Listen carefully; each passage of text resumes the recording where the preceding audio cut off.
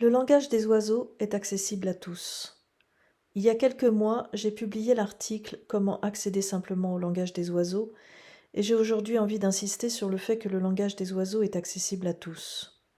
Curiosité, intelligence et opiniâtreté. Comme tout enseignement, il ne tient qu'à nous de l'acquérir grâce à notre curiosité, notre intelligence et notre opiniâtreté. Vous me direz que mon discours commence avec une notion d'effort. Mince.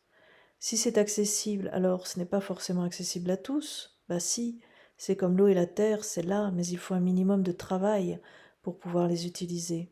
Toujours travailler. Oui, parce que le travail est, lorsqu'il est compris au travers du langage des oiseaux, une traversée de notre être vers notre être. C'est lui, celui que nous pratiquons chaque seconde sans même nous en rendre compte, chez nous, en entreprise, partout, dans les plus petits gestes, les plus petites pensées, qui nous fait évoluer. Travailler, c'est comprendre les métaphores, les analogies, le 8, que la vie nous présente chaque jour pour que nous puissions grandir. Et pour comprendre ces analogies, il est nécessaire de faire quelque effort de réflexion. Au passage, le mot effort nous parle de l'expression E, de l'âme, double F, que nous sommes dans le principe féminin O, et réalisé R dans le terrestre T.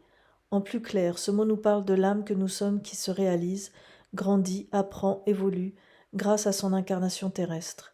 L'effort est donc nécessaire dans une juste mesure, tout est question de dosage, pour vivre. Rien ne se réalise d'un claquement de doigts, ni même la magie que de nombreux spiritueux répandent actuellement dans toutes sortes de publications.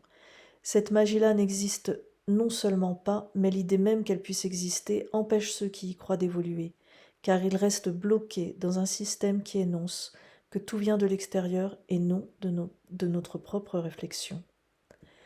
La volonté de comprendre, mais revenons au sujet initial. Le langage des oiseaux est accessible à tous si et seulement si chacun y met du sien. Encore une fois, apprendre demande de la concentration, du temps et de la volonté. Repensez à la fameuse image de l'enfant qui apprend à marcher. Ainsi, lorsque vous commencez à vous intéresser au langage des oiseaux, tel que Jean-Christophe Gisbert l'a mis au jour et tel que nous le transmettons tous les deux, je me permets de vous dire, ne lâchez pas. Le langage des oiseaux n'est pas un simple divertissement. Nos deux sites l'expriment pleinement. Il est compréhension et évolution. Même si c'est 1 heure tous les 15 jours, donnez-vous le temps de lire et de relire nos textes, articles et livres plus complets, et surtout d'y réfléchir par vous-même. Menez vos réflexions sur les mots, allez jusqu'aux lettres et aux nombres, jusqu'à ce que tout ce qui est en lien avec les processus de création de la réalité soit compris. Cela me semble primordial, d'autant plus que nous sommes dans une période très bousculée de l'histoire du monde et qu'il est nécessaire de préserver notre indépendance de réflexion et notre capacité à réfléchir. Voilà, je vous invite donc à rester en lien avec le langage des oiseaux pour votre plus grand bien et celui de tous.